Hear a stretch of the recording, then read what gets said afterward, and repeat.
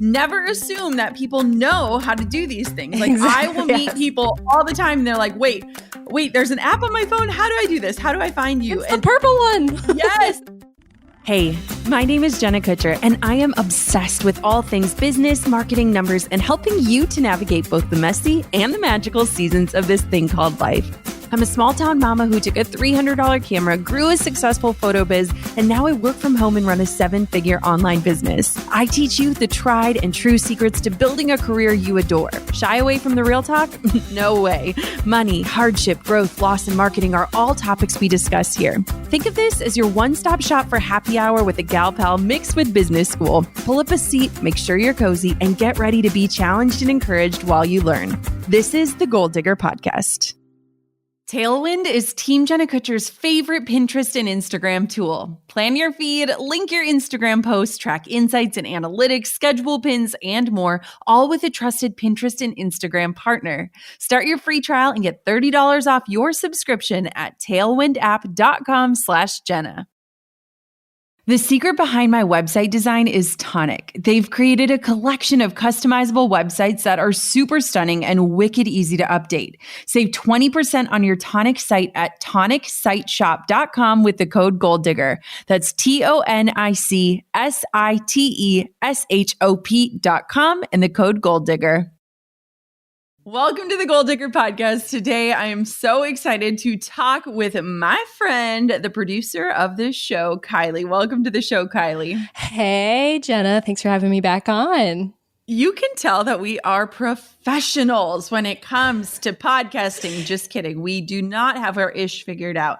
However, today we are going to talk all about podcast growth strategies because I don't know if you've noticed, Kylie, but one of the most exciting things that has come out of 2020 is a rush of new podcasts to the scene. And I love seeing people get their voice out into the world. And so whether you already have an existing show, you're thinking about starting one, or you're scaling the show that you are just beginning, today we're going to talk about organic growth strategies for getting your podcast into the earbuds for the people that you create for. So I'm super excited. How are you feeling over there?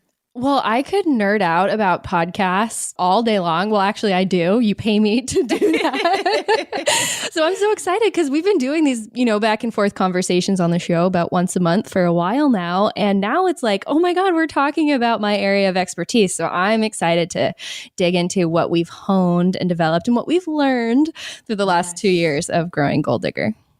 Absolutely. And what's so fun is that we are constantly testing, trying, experimenting. And so now we get to kind of just pull back the curtain and let people in on the things that we fixate on and focus on and give them some of the strategies that we've used to grow our show so that they can do the same. So where do you think we should start? Well, I think the most appropriate place to start is the beginning of this show, of Goal Digger. When you decided, I'm going to be a podcaster, what did you know about this space and launching a show and getting it off the ground? I literally knew nothing. In fact, I screenshotted this just a few days ago so that I would have it because I knew we were going to be talking about this. And don't you love when Facebook drops these little memories for you to remind you how far you've come? So I want to read to you a Facebook status that I had from 5 years ago. So it says, thinking about doing a once-a-week marketing podcast series during the off-season. In my dreaming phase, I'm envisioning hour-long segments about business, entrepreneurship, chasing dreams, keeping it real, working from bed, and I'll probably do some interviews with my friends who are killing it in their businesses. All I need to know is A, would you listen? B, what do you want me to talk about? C, do you love me enough to want to listen to my voice once a week? And that post got 20 likes. So to paint the scene of where we were when we started this show and what I knew about growing a podcast, the answer is I knew very little. However, those little Facebook reminders kind of serve as these nudges to remind me that either knowingly or unknowingly, I was leaving breadcrumbs into what I planned to do, which was launch the Goal Digger podcast. Now, at that phase of my business, I was mainly a wedding photographer, but I had also kind of branched out into different areas of watercolor print shop and starting my education side of the business. And so I knew how to launch different offers. And so instead of really understanding the podcasting world, I took what I already knew about launching and just applied it to the podcast. And it's interesting looking back because there were certain things that I did very right. And there was absolutely things that I would do differently if I were to launch a show today. And so that's kind of where we were at when Goal Digger began.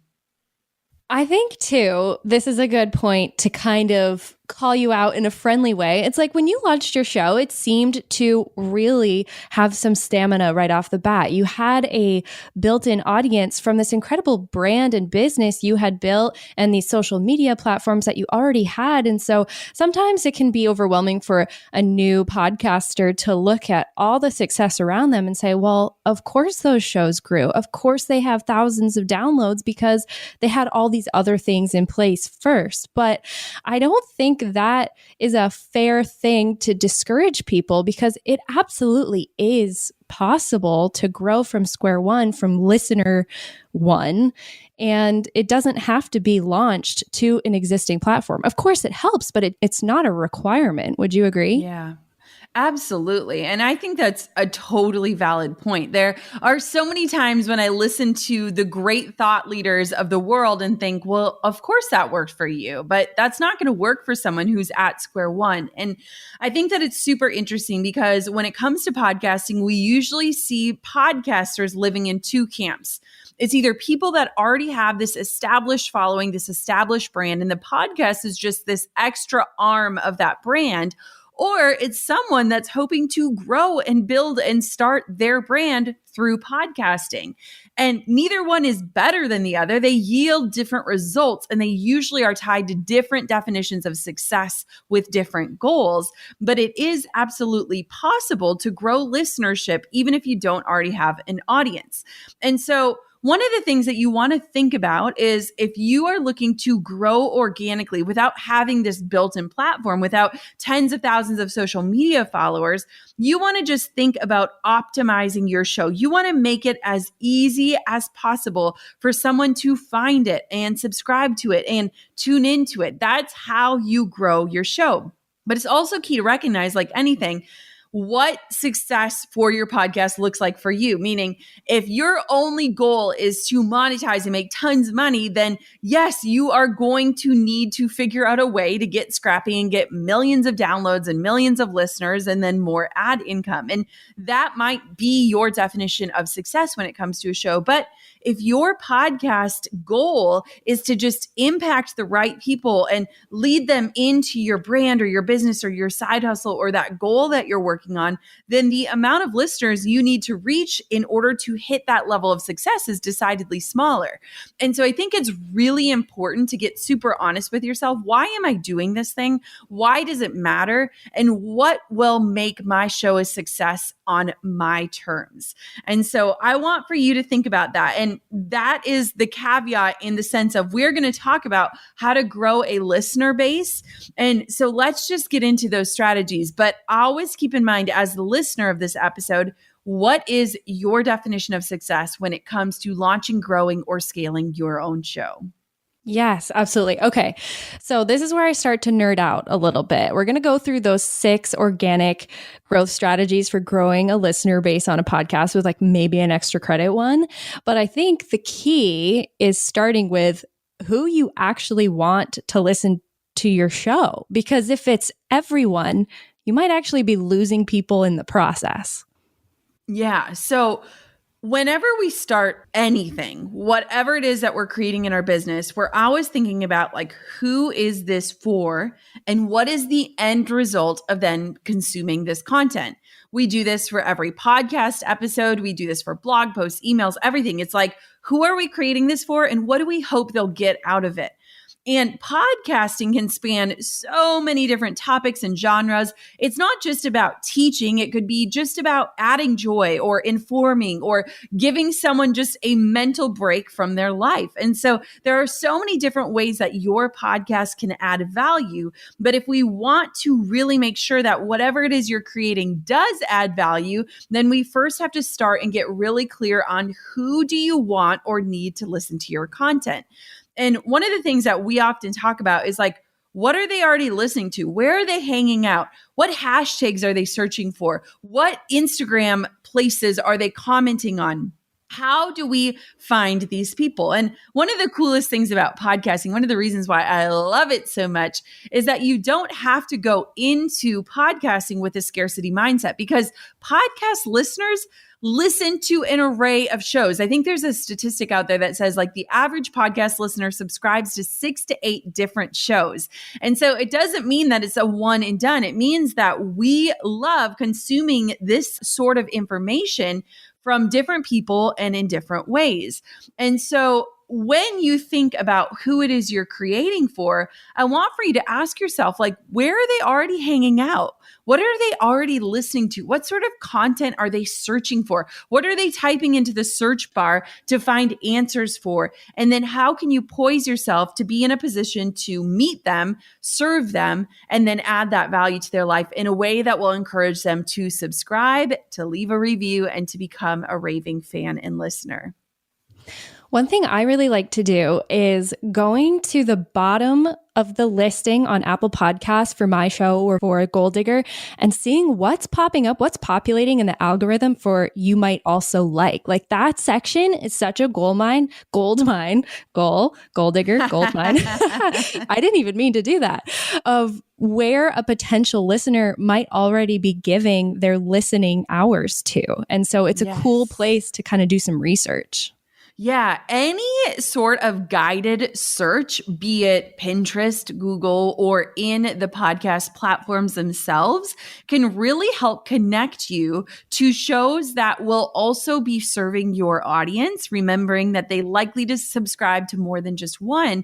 And it might also help you figure out what's going to make you unique or different. So if you went on to Pinterest and typed in the word podcast and then a keyword of something that you want to cover, whether it's true crime or marketing or health or family, it might help guide you to see, okay, this is what's out there. And now here's how I'm going to put my own spin or make mine different while also serving an audience in parallel. Yes. I love that you point out that you don't have to have a scarcity mindset with podcasting, because I just think of my own listener habits and I'm above average with how many shows I subscribe to. So it's not a one and done.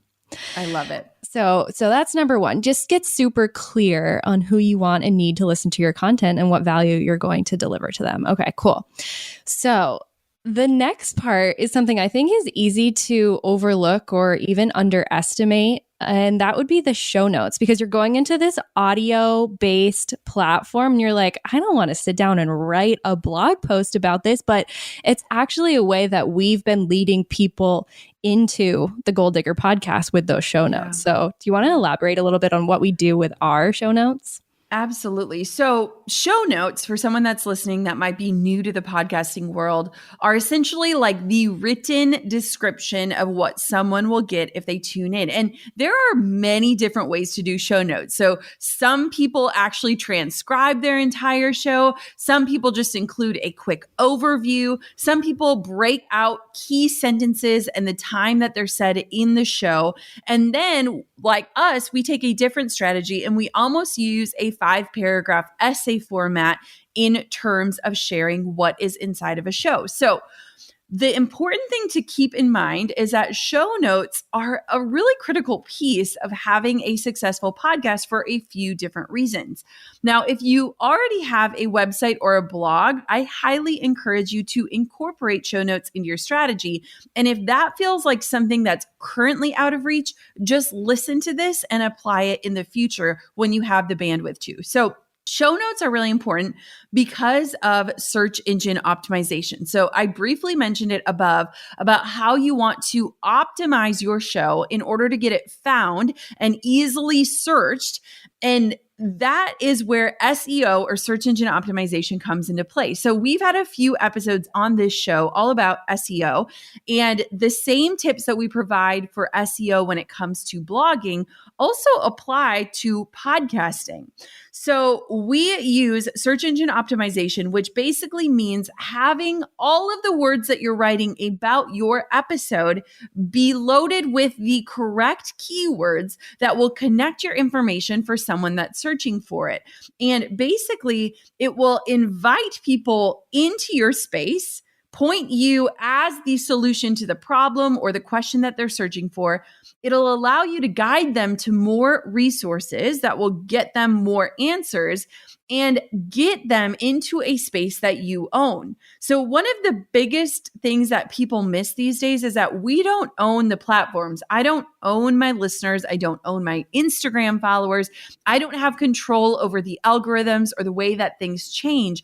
And so having a place like Show Notes as a destination allows you to invite people off of a platform that you don't have control over and onto a space where you do have more control over, where you can serve your audience better and give them an experience while connecting them to more resources and hopefully connecting them to you on a deeper level. Yeah, I think too, when a show or when your show notes, when your show description is optimized at the highest level, one of the benefits that people don't realize is that Google started adding playable podcasts to search results. So imagine the impact you could have within optimized show notes with optimized show descriptions. If a potential listener is searching for your topic, you might pop up in search results on Google and they'll be able to play right from that first page. And so that's one way you can lead people into your podcast in an organic way, just if you take some of that extra time to write the show notes, to optimize them, and to make sure that they're in a good spot on the internet where people can find them. But did you already mention what happens if someone doesn't have a website to put show notes on? Like, what can you do if you don't already have a blog or a website? No. So if this feels out of reach or it's not currently in your bandwidth, you want to make sure that you are using your show description area super thoughtfully and include links that will be of easy access. So what you can do is every time you publish a new episode, there is a description area where you can type about the title of the show, the topics that you will cover, the guest of your show. You can have this like summary of the main points that you cover. And that can be a place where, one, you're optimizing your episode to get it found more thoughtfully, but also it can be that place that will guide people on their journey to get to know you and get more connected with you. So you could include even just a link to your social media or another place for them to connect, a place for them to join your email list. But my biggest recommendation is, if you can, fire up a free blog and start sharing. One of the easiest ways to create show notes is if you create any sort of outline for your show before you hit record, that little outline could become your show notes as you get familiar with that. And so we've gotten in the habit of creating show notes really intentionally, where we lead off with the first paragraph is just kind of an overview. Then we give 3 main points of what we cover in the show, and then a conclusion with a call to action for someone to tune in. And so you can kind of follow that sort of outline, whether you're using the description of your episodes or you're using actual show notes hosted on a website or a blog. Yeah, don't sleep on those free options for getting show notes out into the world, whether it be a free blog or even a lot of podcast hosts will provide a basic and easy to edit podcast website. And so just make sure you're not leaving those pieces alone. Absolutely. And I think a lot of times too, people naturally will reference different things in their episodes. And so show notes provide kind of this home for those links, for those mentions, for those accounts or resources for people to dive into. And so it can be a really great way to connect your audience further with that information and to get them off of those podcast listening apps and onto that place where you have that control and your home on the internet.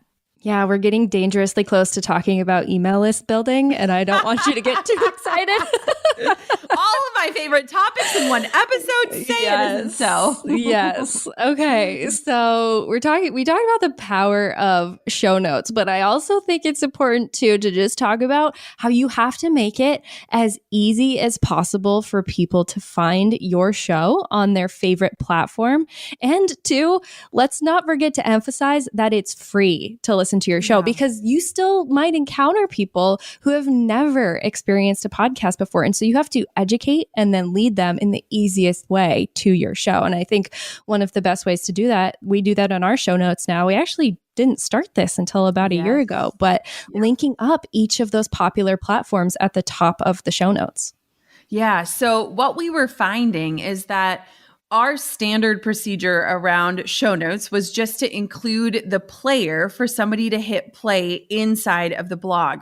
And that's a great solution for people that don't have a preferred app or they don't necessarily know how to utilize certain apps to listen to your show. I know that years ago when I first started listening to podcasts, I didn't understand that there was already an app on my phone waiting for me to find the shows that I subscribe to. And so every single week I would refresh the show notes of my favorite shows and tune in that way.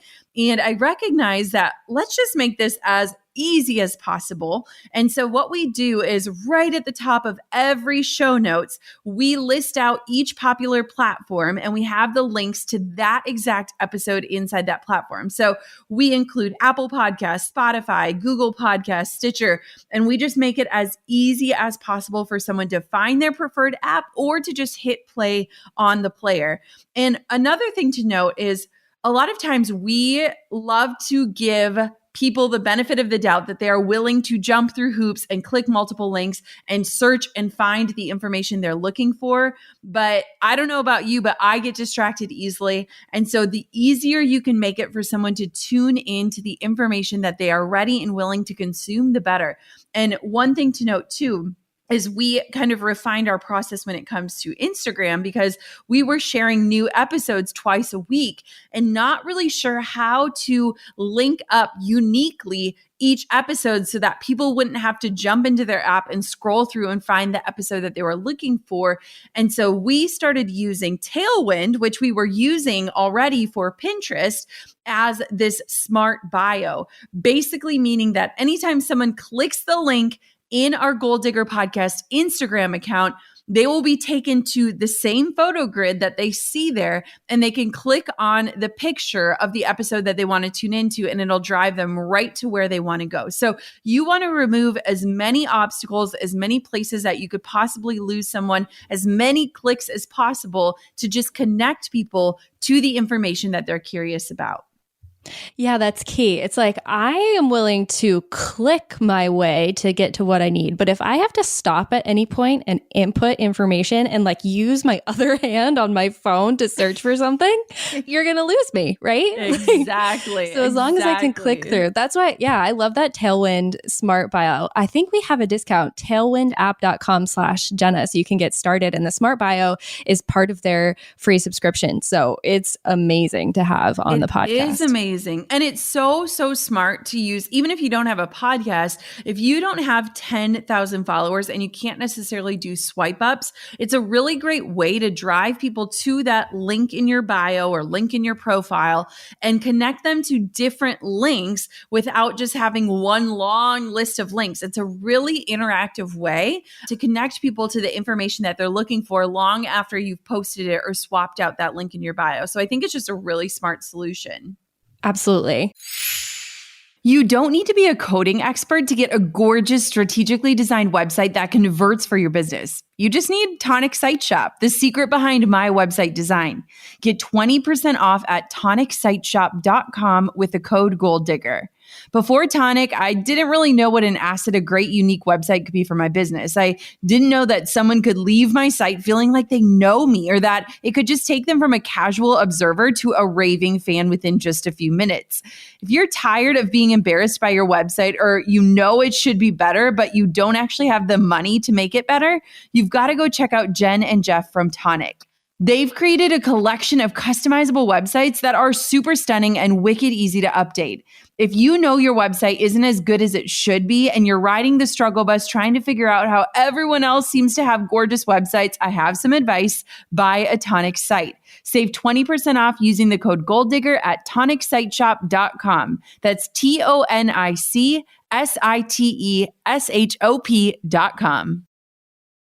If you run a business with an online presence, but you're not making the most of Pinterest yet, then I need to introduce you to Tailwind. Start your free Tailwind trial and get $30 off your subscription at tailwindapp.com/Jenna. Tailwind is the Pinterest and Instagram tool that I use to schedule pins, plan the Goal Digger Instagram feed, get insights on both platforms, and more. Now you can even create and schedule pins all in one place with Tailwind Create. You don't need to be a designer to create a batch of pins to promote your content. Each pin design in Tailwind Create was built with Pinterest creative best practices in mind, so you know the strategy is on point. The pin templates are customizable, so everything is on brand. And the best part is that the design, upload, and pinning all happens in one place, so you never have to download, upload, or organize your files. Tailwind is an official Pinterest partner, so you can have confidence that your account is in good hands. Get pinning with strategy on Tailwind and try the new Tailwind Create. Get started with a free trial plus $30 off your subscription when you sign up at tailwindapp.com/Jenna. That's tailwindapp.com/Jenna. So there's ways to optimize and to make it easy for someone to find the show. And then there's steps of organic growth that feel a little bit more like sticking your neck out and asking for what you want. And one of those would be if you have an interview-based show like Goal Digger, then you want to kind of ask your guest or make it easy for your guest to share what they've created with you on your show. Yeah. So a lot of people might not remember this, but Gold Digger started out as an interview-only show, which is really, really interesting. I had a lot of mindset issues believing that I could personally show up and teach and talk every single week. And so for the first iteration of Gold Digger podcast, it was interview only. And one of the things that I think I did right from the very beginning is that I interviewed people who saw being on the podcast as a really great opportunity for them to share their expertise, their knowledge, their story. And that encouraged them to talk about their episode. And so when you think about doing an interview-based show, you're not the only person talking about it. If you do a killer job, the person that you interviewed now has this piece of content that they should be excited to share with their audience. And if you are able to make this something really unique to them, something really exciting for them to share, then they're going to share it with their audience and thus connect their audience to you. And so podcast guests often do more than one interview. And one of the things that we've gotten really good at, Kylie and I, is that we want to look at past interviews and try to take things in a totally new direction. I think one of the biggest mistakes, and one of the biggest mistakes I made, is that a lot of times you'll listen to past interviews and somehow your interview becomes an iteration of every other interview that person has done. If someone's been interviewed more than once, it's likely because they have something to share and offer. But how can you make it more unique? How can you make this different? One of the things, Kylie, I don't know if you know this, but before I interview any guest, we'll get on the line and I'll ask them, what would make this the best interview you've ever done? And I wait for them to answer because I want to hear if there's maybe a topic on their heart that they haven't talked about, or something they wish someone would ask them, or a topic to avoid that they've talked about too much.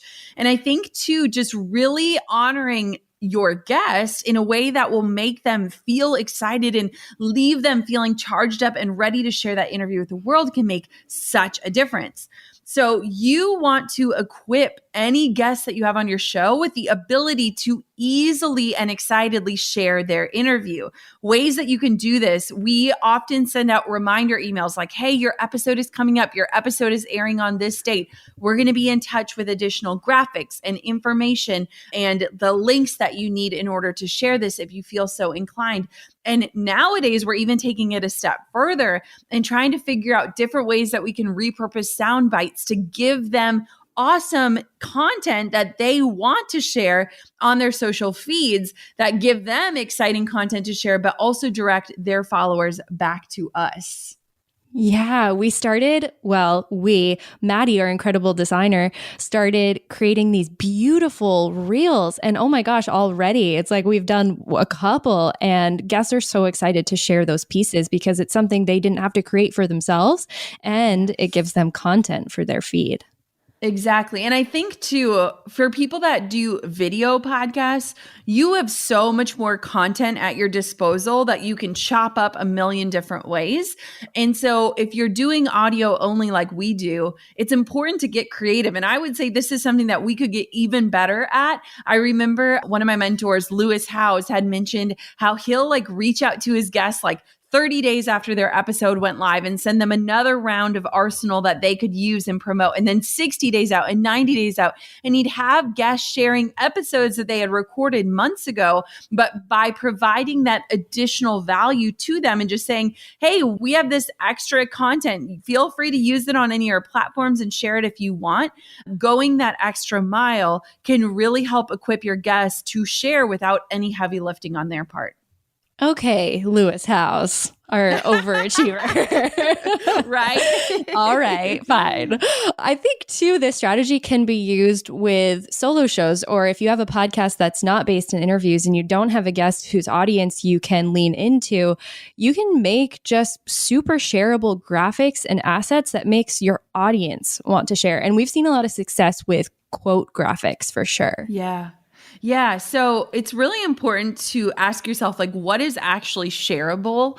We often don't see people just sharing the actual episode graphic that we create for every single episode. But a lot of times when we drop out just byproducts of the episode itself, it is a really shareable way to get the word out about your episodes. And so it's been fun to we are constantly tweaking, refining, testing, experimenting, just different ways that we can garner that attention and create assets that other people are excited to share. And we found that quote graphics are great ways. Using captioned sound bites from episodes are a really unique way to share shareable content. And then just kind of engaging your followers to also share their biggest takeaways from your show, or encouraging them to take a screenshot when they're tuning in and post it up and tag us so that we can see that they're listening and connect with them as a listener. And so there are so many different fun ways that you can get creative with the strategy behind sharing your show on social. Yeah, I love that. When I go through the DMs of Gold Digger and repost or share something that the show has been tagged in, the response, like the love that we get back from someone who already gave us love for the show is incredible. So continuing to foster that community and just like excitement around the show is such a good way to organically grow the listener base. Absolutely. So another thing we do, and I agree, this feels like an audit of our How are we doing? Like, we could do this even more, but it is something we do. We do targeted subscribe and review pushes, maybe like once a quarter, 4 times, maybe 6 times a year, to just remind people to subscribe who maybe are just listening one by one, or give us reviews, because I know if you're a regular podcast listener, you are tired of hearing your host ask to subscribe and review, but it's so key in growing your show. Yeah. So it's super interesting because podcasting metrics are very archaic. There is not a lot of data out there. We don't necessarily know exactly how the algorithms work. Whenever we think we figure it out, something changes. And so really the only way to kind of gauge the growth of your show, whether you have 50 downloads or tens of thousands, is through getting people to consistently tune in. And obviously, the best way to do that is through subscribing. And another value boost for you and your show is to have reviews. It also provides that social proof and maybe that slight FOMO feeling that people might feel like they're missing out if they don't take that opportunity to subscribe. So we got in the habit of doing these more concentrated pushes where we'll either create a video and show people exactly how to do it, because never assume that people know how to do these things. Like I will meet people all the time and they're like, wait, there's an app on my phone. How do I do this? How do I find you? It's the purple one. Yes. And so it's so interesting because if you can just walk people through exactly how to do that, I highly encourage it. And then I've also seen a lot of people do like review incentives. So they'll say, you know, I'm giving away a free mentor session or $100 Amazon gift card or something for people that leave a review in the next 24 to 48 hours as this concentrated push to get people to leave just some information, some intel, some feedback. And so there are a few different ways that you can do this, whether you do an incentive or you say, you know, I'll respond to the next 30 people that screenshot their review and send it to me. We've done that a lot, which is super fun. But just make sure that you're consistently reminding and inviting people to subscribe and leave a review. And make sure that you're not assuming that people already know how to do this, but giving that gentle nudge of here's exactly how to do it step by step and simplifying that process. Something we did at the beginning of quarantine and COVID, and when listener habits were changing, we had to get really creative and like think about it in a critical way. How do we get people back to listening to the podcast when they're not in their cars, they're not commuting, they just don't have that time anymore? And remember, we did that secret episode where if you sent us a screenshot of your subscriber status, we would send you an unreleased episode of the podcast. And giving that incentive, it really worked for us. Yeah. So just get creative and think about different ways that you can add additional value or provide some sort of incentive that makes people eager to take action. Because I don't know about you, but I listen to a few shows. I probably never left them a review, even though I love them and tell everyone about them. And so if you're listening and you're wondering, how can we support Jenna and Kylie and all their hard work? This is your reminder. Please subscribe and leave a review. And now I feel totally called out. Like I have so many shows that I haven't left a review on, and it's time. It's more than time. It's my duty as a listener. Absolutely. Okay, so we're getting close to the end here. This is actually, this is number 6. The last ways that, at least that we're talking about in this episode to grow your listener base is to become a guest on other shows. Even if your show isn't an interview-based show, offering up your expertise, your stories on another platform, I mean, that's a great way to get in front of new listeners. Yeah, this is something that I personally feel convicted on. Somebody slid into my DMs yesterday and they were like, I would love to have you as a guest on my podcast. And I sent her a response back, a voice memo. And I said, hey, just a heads up, since I had my baby, who is now almost 2, I really haven't had the bandwidth to be on other people's shows. It's something that I really want to do. But right now, working part-time, I've just been really focusing on my own show. But it is something that we absolutely want to do. And it is one of the best ways to find new listeners because, like we said earlier, people that subscribe to podcasts subscribe to multiple shows. And so if you can get your voice onto other podcasts that are similarly aligned to what you're going to be creating and expose you to new audiences, it's an awesome way. And the other thing that we found is that with interviews, you kind of show up differently. Your stories come out differently. You might say things in a new way, or you might tell stories that you might not have thought to tell on your own show. And it kind of gives you this opportunity to put your expert hat on and show up as an expert in a different capacity than you might on your own show and provide you this just different look at who you are and what you do. And so being a guest on other people's podcasts can almost work as this way of outreach. And you can also do some fun different things, whether you do like a podcast swap where you host someone on your show and they host you on theirs. You can repurpose interviews that you've been interviewed on if you get the permission from that host and air it on your own show so it can create dual content. There's just so many different ways that you can do that. And I also think too, it's a gift to expose your listeners to other like-minded shows. And so there's almost this act of reciprocity happening in the podcasting realm that can be super, super powerful for building relationships and for connecting your listeners to more helpful information.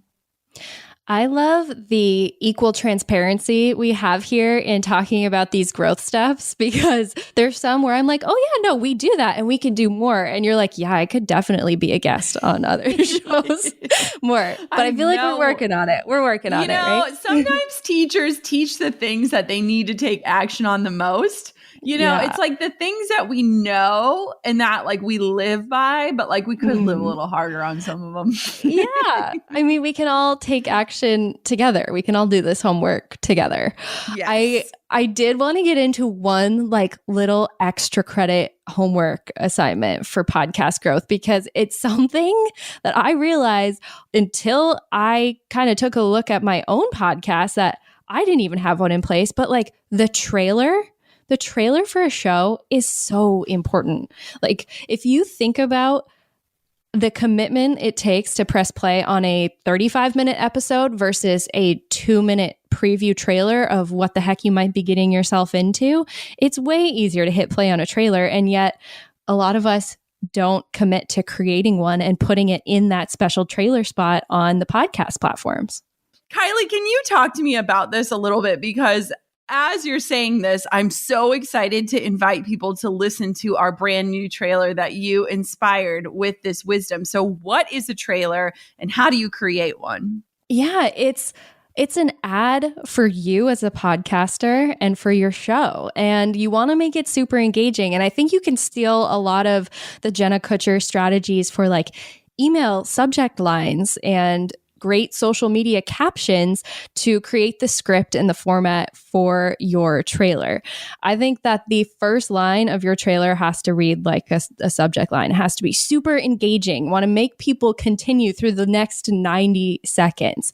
And having music underneath is super helpful, makes that super engaging, adds some energy and some intrigue, but you want to be careful not to take up those critical first few seconds with just a music interlude. And so we tried to do that with ours a little bit. You have that recognizable gold digger music, but it leads right into what you get out of this show.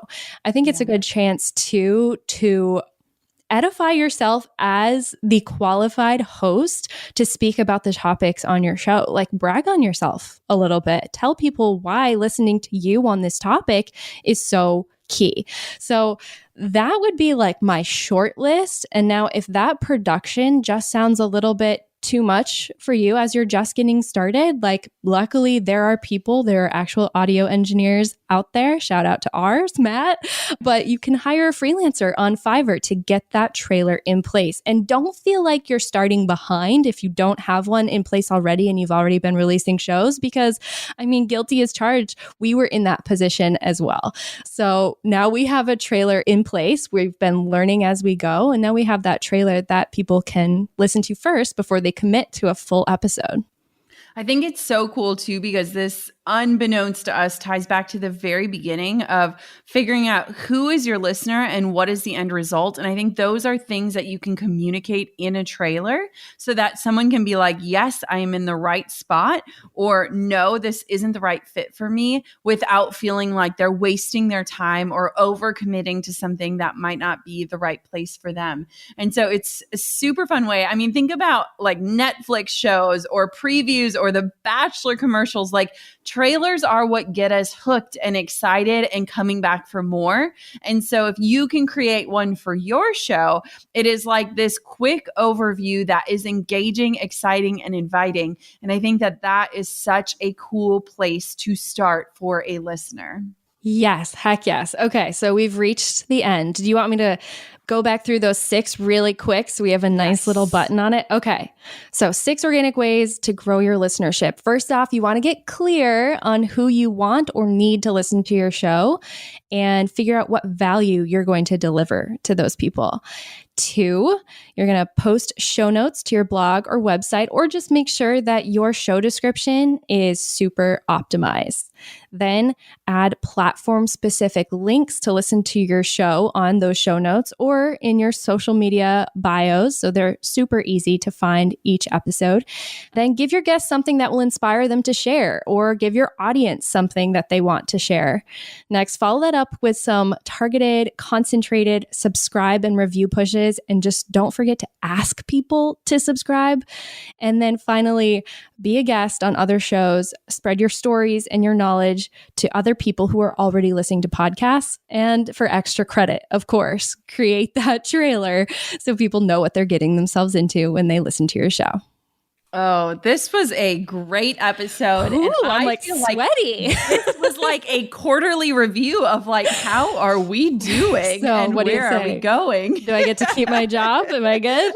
Absolutely. I feel thank like God. you should close us out with our closing line because you deserve it. Are you ready? I think so. Do I remember it? Just kidding. Until next time, keep on digging your biggest goals. Thank you so much for tuning in to another episode. Goodbye. I'm over here giving you a virtual high five because you just finished another episode of the Goal Digger podcast. Did that go by way too fast for anyone else? If you want more, head over to goaldiggerpodcast.com for show notes and all the discount codes from today's sponsors. And if you're looking for a new crew of movers and shakers like you to bounce ideas and ask questions, be sure to join my exclusive community for Goal Diggers on Facebook. The link's waiting for you at goaldiggerpodcast.com.